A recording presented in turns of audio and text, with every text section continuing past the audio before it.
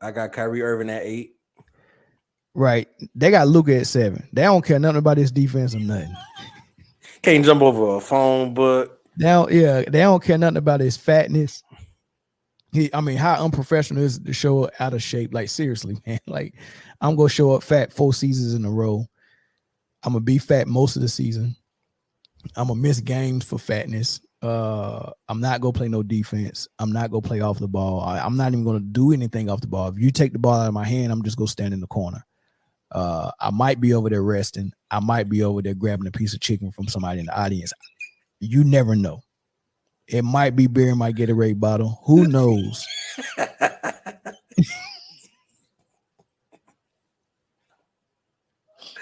Oh And man. and this and this is who you want to say is top 10, man. I got nothing else, man. Who's your number 7? Jason Tatum. I got Devin Booker at 7. I love it. They got Tatum at 6. I have now. I didn't really want to do this. I did this because I didn't want to fight a certain fan base. Because I actually think this dude is actually number 4, but I got him at 6. I got Joel Embiid at number 6. Okay, it's not bad because now we're getting into the top 6. This is where 2 through 6 you can kind of pretty much have it however you want. It'll make sense to anybody who knows basketball. At Yeah, 6, I got LeBron. that's a lot of love coming from you. You know this. You know this. As much as I cannot stand the man on the basketball court, 20 seasons, still putting up the same numbers, still doing this. He's in his 20th season and he's more athletic than Luka Doncic. Yeah, And he weighs more. He's bigger. yeah, it's So not hard to do that. That dude dedicating his whole summers to getting in shape and staying in shape, man. And I don't know what Luka do during the summer, man. I have no clue. He yeah. definitely ain't. He definitely ain't. I mean, like, you can't have no girl in your hotel room and take your shirt off and show that at 25 and be like, yeah, I still don't want to go to the gym. Like, at some point, there's another side of that. His bank account is what keeps them smiling, man. Trust Yeah, me. I guess so. That bank at that, he better get his butt in shape, or he ain't gonna be. You see how quick Charles Barkley got out of his prime. It happens quick for the thick boys. Like, you ain't about to get to year 20 holding all that weight. It happens real quick, man. He got to go vegan real soon. Fast. He gonna eat himself out the league. I'm telling you. All right, number Top 6. Yeah, 5. I had Joel Embiid at number 6, and then they got Joel Embiid at number 5. I had Giannis at number 5. I got Jokic at number 5. Talk about it. Man, you already know my gripes when it comes to Jokic, man. It's the offensive game is there. We all see it, we all know it, right? The liability on defense, the lack of athleticism, it all comes into play. I'm not mad at the lack of athleticism. I'm not gonna tax nobody for that. No, it's not a heavy tax, but you need to, like, as a center, you gotta to play defense. You have to have more than just your size. Your size Yeah, can only take you so far on defense. yeah. I will say that as a center, part of your job for that position is to protect the rim. Yes. Right. That's first and foremost for a 7-footer. You 7 foot and you play center. We're expecting you to be able to protect the rim, and athleticism is going to help you protect the rim better. And if you're not athletic and you can't protect the rim, and your lack of athleticism also prohibits you from switching screens and guarding the perimeter, then what do we go use you for on defense? If you're not blocking blocking shots, and you can't protect the dribble drive when you switch screens, then what are you here for? Exactly. So So I I get it. tax the lack of defensibility. That's huge for me, and we've talked about this before as when we were talking about just as far as our top big men. why he's not my number one. Yeah. Joel was my number one for a long time, but when I made this list, I was like, man, I just, out of respect for what Jokic just did, this great run in the playoffs, out of respect for that, I got to give him the edge over Embiid. He didn't flame. I mean, because he didn't flame out. He didn't flame out this playoffs, and Embiid did flame out. So, I gotta give him the edge. Yeah. All right, So who number you at number 5, I had Giannis. right. Kind of the same deal with Jokic. Jokic got a bag full of offense and a bag with a hole in it on defense. It's the opposite for Giannis. He got a bag full of defense, and on the offensive end, he can get you the numbers, but that bag got all his bag got in it is speed, athleticism, and power. Yeah. That's all it is in his bag for Giannis. So I got him at 5. A lot of people not too long ago had him as the number one player in the league, and true number ones just don't lose that position because they didn't get to the finals. If you was really a number one, you will stay there for a while, regardless if you make it to the finals or not, right? And the fact that we got a new number one every year based on who win the finals, because I want to say when LeBron won it in the bubble, they had him at number one. The next year when Steph won it, they had Steph at number one. The next year when Giannis won it, they had Giannis at number one. The next year when Steph won it, they had Steph at number one, and they said Steph was better than Isaiah. And then now that this year that Jokic won it, they're saying Jokic number one. Yeah. Number 4, they got Kevin Durant. I got Jokic at number 4 for the same reasons you had him at number 5. I have Giannis at number 4. See that? They got Giannis at number 3. I got Kawhi Leonard at number 3. Which when I seen that, I was like, this man has him high. Yeah. I mean, the Ringer had him at 8. Yeah. Like I said, I didn't tax people for injuries or off court issues. I got Joel Embiid at 3. Yeah, I wanted Joel Embiid that high.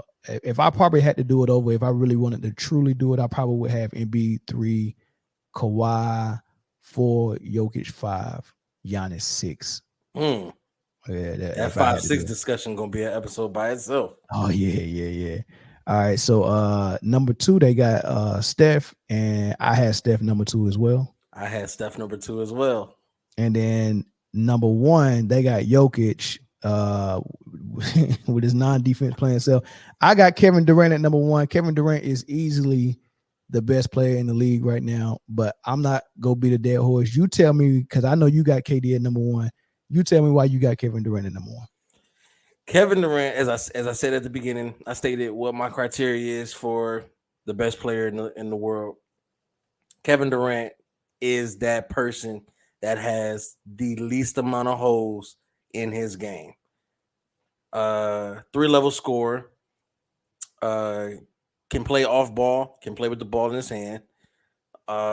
Free throw, he's a career 92, 93 percentage free throw shooter. Mm-hmm. He has a post game that's part of that 3-level. He plays defense. He can guard out on the perimeter as a big. He can, and now he's in the last few years developed post defense. So now it's not guaranteed that you can go down there and just score on them. That's just all around. That's when you said 360 player, that was Kevin Durant. Kevin Durant is the closest thing to a 360 player currently in the league. And I think Kawhi as well. Well, yeah, I mean, his free throws could be a little bit better. but as far as it's like when it's trying, and a lot of these people, a lot of players, a lot of other analysts, they say that Kevin Durant is the hardest person to guard. Of course, it's not an understatement because he can beat you from anywhere. He can create his own shot, catch and shoot, dribble skills like a guard at 6'11", 7 foot in shoes. You know what I'm saying? Take you off the dribble. You know, it's all his game. His bag is he's in it like the fries at the bottom. Yeah. You know what I'm saying? And then you add in the defensive aspect, he's not a liability. You know what I'm saying? So he's gonna give you effort. He's gonna give you 100% effort on both sides of the ball every night. I like what he did when he went and played. He came fresh off that Achilles, played one season in Brooklyn, and then went straight to the Olympics and led a skeleton crew, not a crew that had Melo, LeBron, AD. He didn't CP3, Steph. He didn't have a squad like that. This dude had Sheldon. What's my man that played for the San Antonio Spurs? Sheldon Johnson. He did have D Book, I think. But he had a crew of number twos really and below, right? And they got out to a rough start. I think they lost a game early, and then they had a lot of close calls, and people was like, "Man, it ain't looking good." I was one of them. I think it was not, I want to say Nigeria or one of them. I think it was one of them African teams. They got blown out. Yeah, It was bad. They were talking about it all on ESPN. yeah, yeah, It was yeah, like our gold medal hopes are in trouble if this is the team that, because it was just an exhibition game. It was one of them little like tune ups. It was like yeah, our gold medal hopes are in trouble if this is the team that we see when it's time to compete. yeah. And then flip the And switch. and he flipped the switch. He I think turned there it was I around. think there was video like he was really like getting in them boys heads That in practice. Like, hey, the, y'all like the I'm telling you, these dudes love Kevin Durant for when they interact with him and they see how he leads and how he leads by example and how his work ethic is. These young kids are loving this dude. He's going to be the guy that when he retired, that everyone's going to, like everybody was going to Kobe and his Mamba Academy. They're going to be going to people like Kevin Durant and Kyrie. I guarantee you that, man. And for him to turn that Olympic team around and bring home the gold, and he not only turned around that Olympic team, he turned Brittany Griner kissing him. So she like dudes now. He turned her. You know what I mean? Like, you hey, got to give that man. You like, come on, like who else could do that? You know what I mean?